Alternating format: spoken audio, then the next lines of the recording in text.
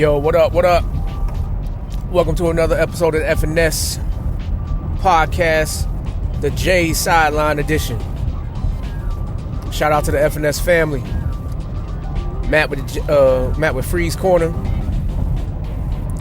and then the wives with the Wives Unscripted.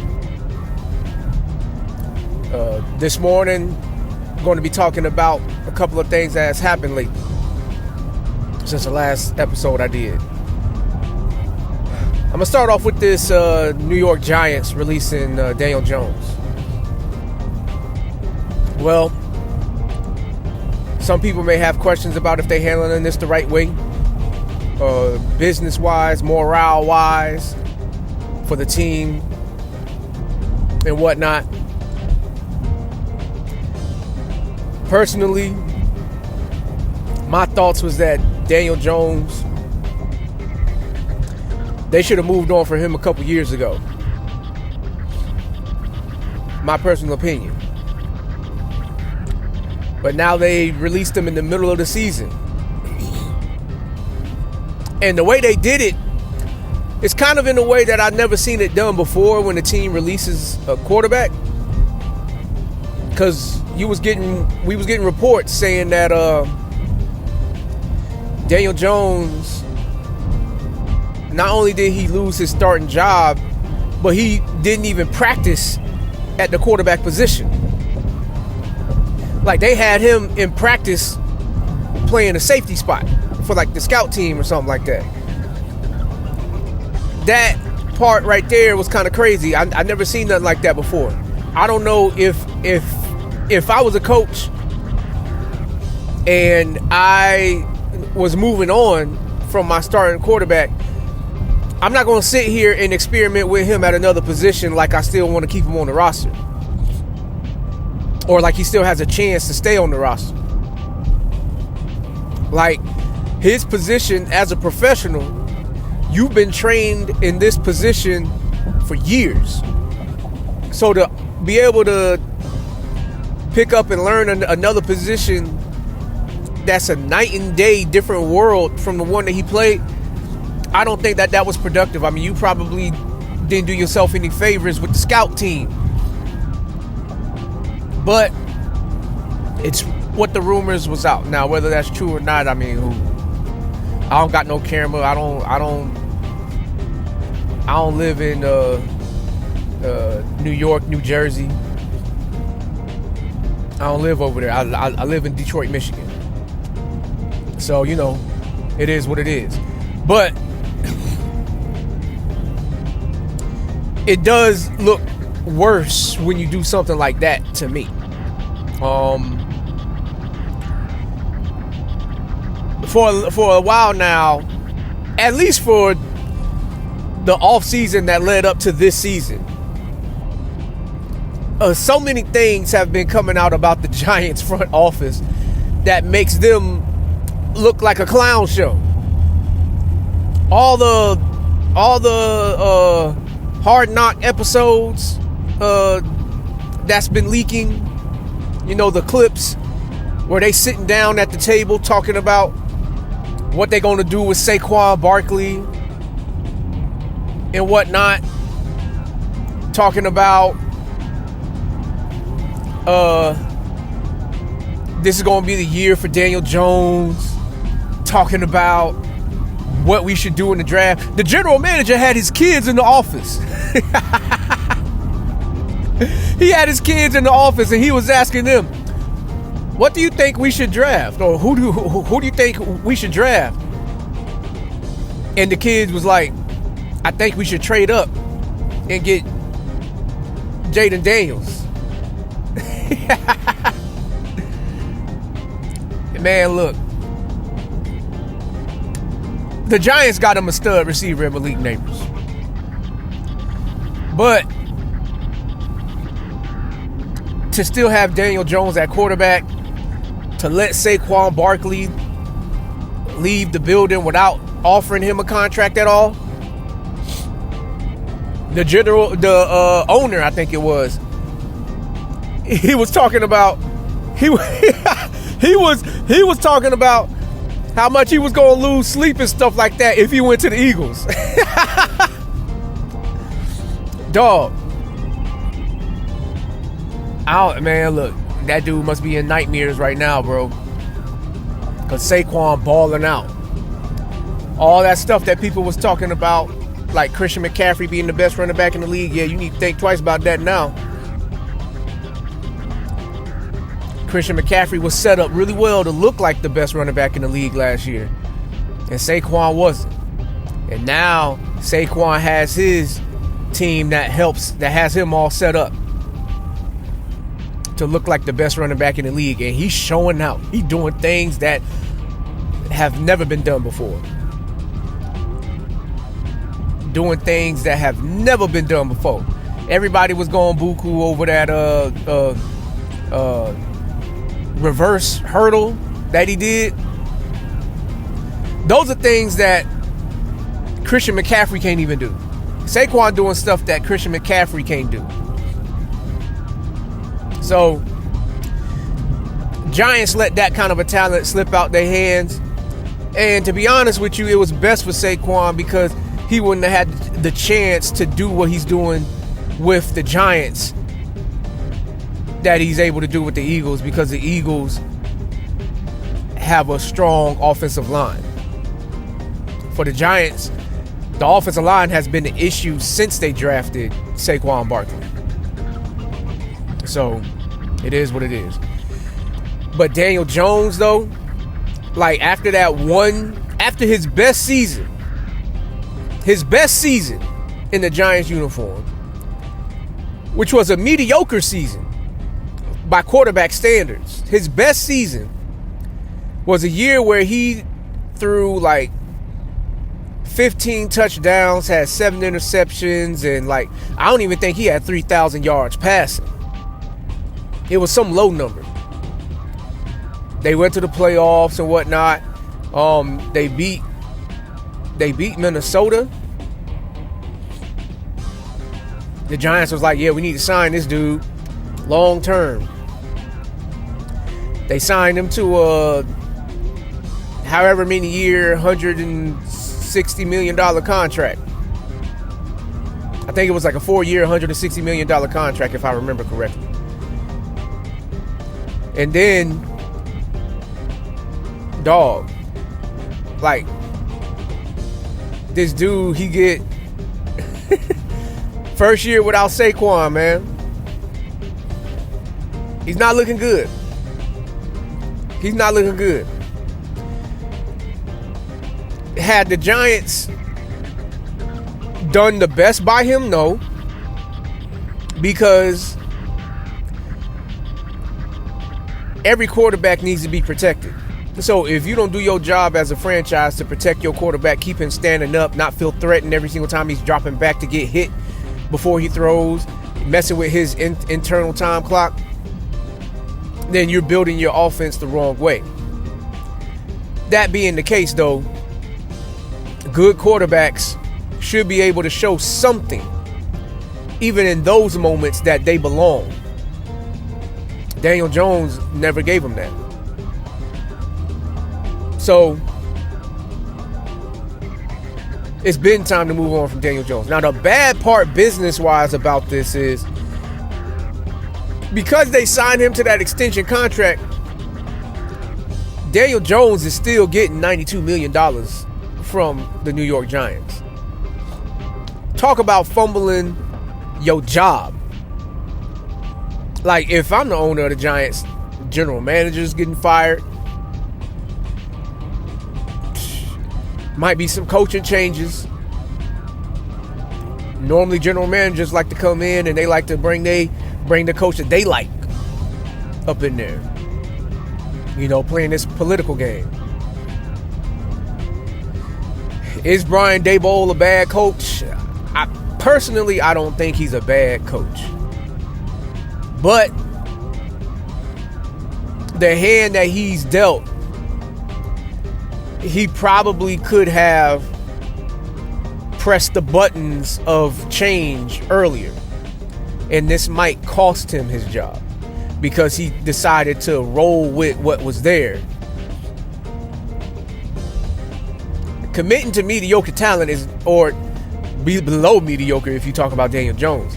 Committing to below mediocre talent is never gonna give a head coach job stability. You know, no matter how high of success you reach.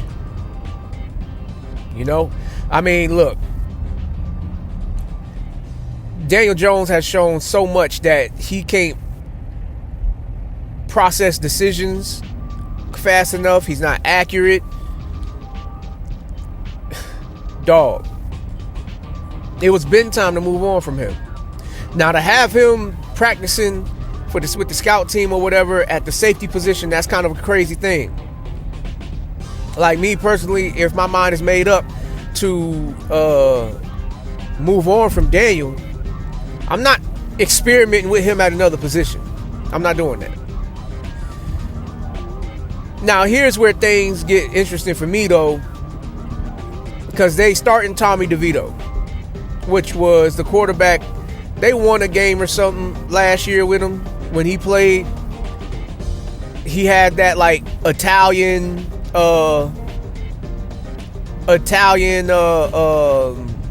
celebration because he's an Italian player. His agent was dressed in like Italian mob suits in the game. He was rolling with it, like, and the crowd was going with it. They was doing that Italian hand gesture. You know what I'm saying? So, hey, Tommy DeVito may come up in here and win a game or two. When I looked at their schedule, they got 3 winnable games left if they just have solid, decent quarterback play. Here's where winning those 3 games, though, or any other game that they win, could hurt them. Because the Giants being where they are, they're going to have to address the quarterback position. How they going to do that, I don't know. Because there's many different ways to do it. Like, you can do it in free agency. You can do it in the draft. You can trade for somebody.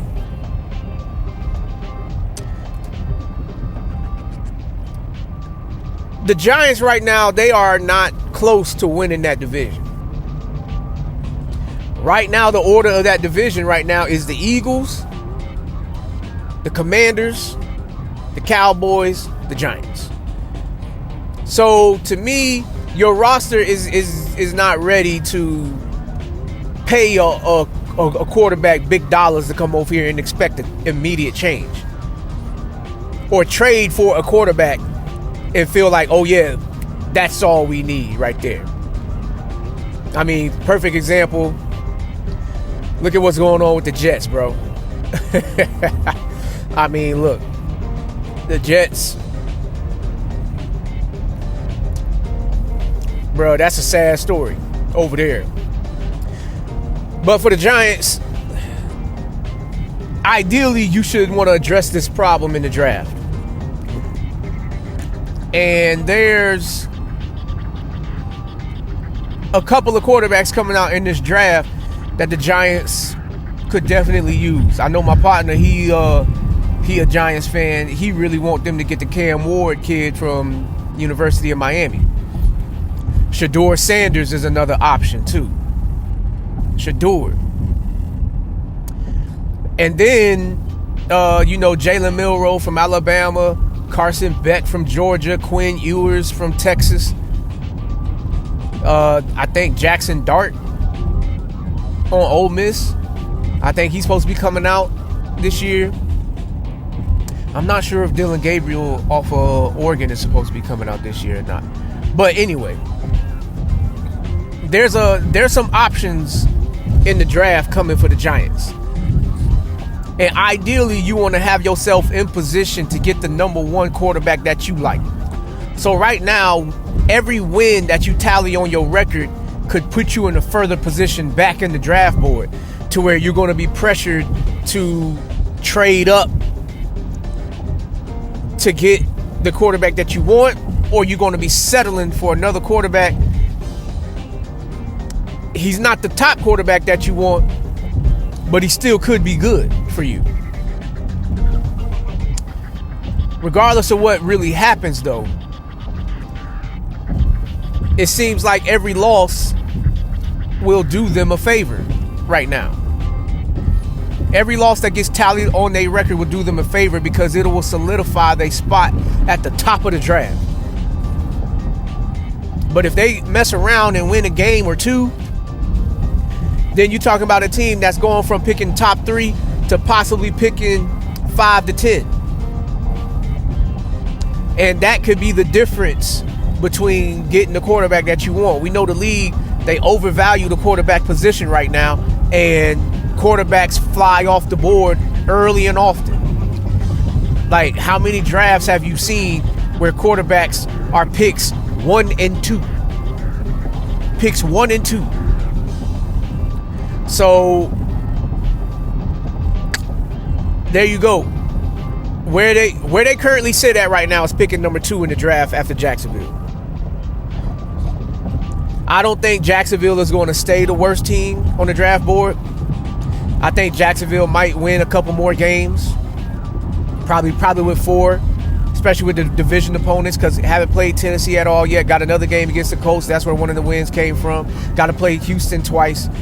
Those divisional games is always tricky, man. No matter what the record says, if dudes go out there and they fight, those things can always flip the other way, and they're coming off a bye.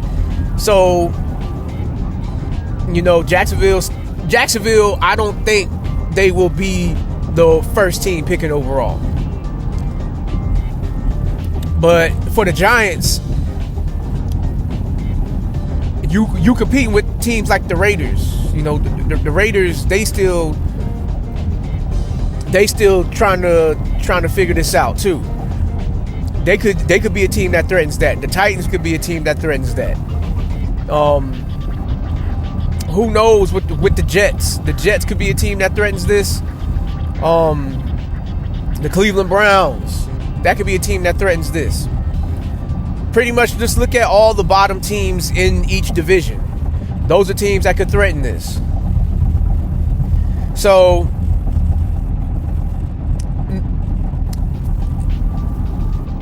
the reason why I said all of that is because if you would have kept Daniel Jones and just let him ride for this year like you said you was going to do, his play alone being as bad as it is, you probably wouldn't have won another game. And Daniel Jones would have done you at least that solid to solidify you picking 1 or 2 in a draft. But now, moving him off your roster, bringing in Tommy DeVito, who, yes, he's not your long-term answer at the quarterback position, but he showed you that he could win a game or 2 in this league last year. If those wins come, they're going to be picking in the back. And they're going to be pressured to trade up. So, maybe it's bad business, that part. But me personally, I have no problem with letting the player go. I would have never gave him that contract. That contract is crazy, bro. I mean, you know, you got to cut your losses early. And me personally, I have no problem with a franchise getting rid of unproductive players. Daniel has had enough opportunity to show that he has something to bring here that's worth keeping. And there's nothing that he brings to the table that's worth keeping. So I have no issue with the Giants cutting him. Financially, it's going to hit you in the behind. You know, you're going to be paying. You paying this guy still. You still paying him $92 million. That sucks. That's your fault. That's enough for the general manager to get fired, in my eyes. So we'll see what happens with the Giants' decision. Now, the last thing that I'm going to talk about it very brief because this isn't really my lane, but just because this is what happened, this is what's happening right now. almost everybody that's a fan of hip hop, they've kept up with what was going on between the Kendrick Lamar and Drake beef. And as of lately, Drake coming out with these lawsuits, suing the labels and Spotify, talking about they helped Kendrick Lamar or promoted Kendrick Lamar more for his song Not Like Us to explode the way it did, and whatnot. Like, there's been constant lawsuits coming out. I don't know what Drake's angle is here, but from my eyes, he looks more than the sore loser right now. He looks like a spoiled brat child that is just ready to have a fit for things not going his way. I'm not a Drake fan. I've never really cared for Drake. And it's not that I'm not acknowledging that he makes music that a lot of people like. It's more so the person Drake that gets on my nerves. The person Drake, in the sense of like how he acts when he's not performing a song. That's what gets on my nerves. There's been too many instances that was brought up in the past of Drake trying to diss people in public and then apologize in private. You know, he has this like corny cockiness about him that I personally never really cared for. So I have no feelings for Drake when it comes to his career in music. But I will say this. This is something that has never been done in rap beef that I'm aware of. I have never seen somebody lose a battle and decide to try to take it to court. Like, this is bad. This is really bad. Me personally, I feel like he should not be able to rebound from this musically. The world is cooking him right now for it. If he comes out with another album with some more songs on there, or like with some more songs on there that have potential to be the club bangers that he's always put out, right? The world should not support his music, my opinion. They should not support his music at all. Like, if he's willing to do this, if he's willing to do this, which is the world has this fake persona standing up for street values, right? And for the real street folks, taking things to court has never been an option. Taking things to court has never been an option. It's things like that get handled with street justice. You go to other means to, handle your problems. This dude is going to court, filing lawsuits and stuff like that. Now, I seen I listened to another person talking about this, and he was like, this might be Drake trying to make moves to get from underneath the label.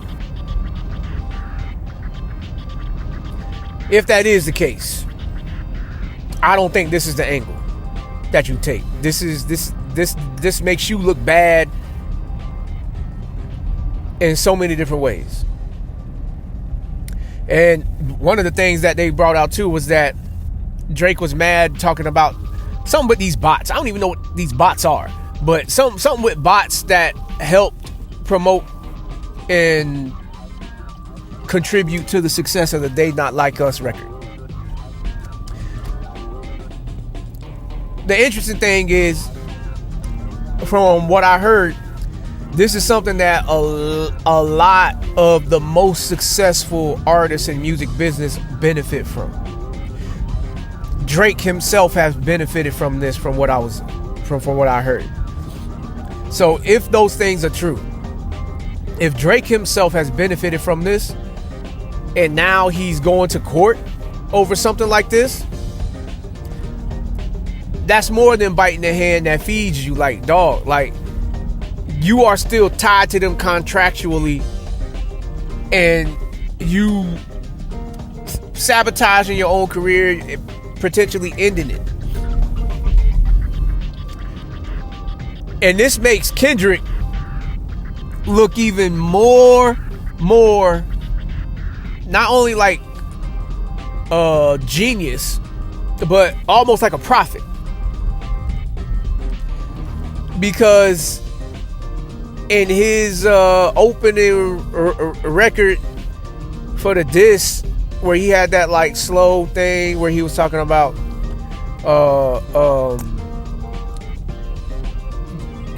I can even predict your angles and stuff like that, and he was like, you're not calculated or something like that. I forgot what the actual lyrics was. This makes him look like a prophet. Maybe this is something that Matt can cover in Free's corner, since music is more so his lane. I don't really keep up with all the music like that, but I know about this situation. So, me personally, my life would not be hurt at all or affected in a negative way at all if Drake's career ends and he doesn't make another record. I personally wouldn't care. But if this is something that he wants to do and continue to do, then maybe he needs to rethink this. But outside of that, yo, man, be easy. Have a good day. Enjoy your Wednesday. Shout out to the rest of the FNS family. Be on the lookout for more content coming. But that's me. Peace.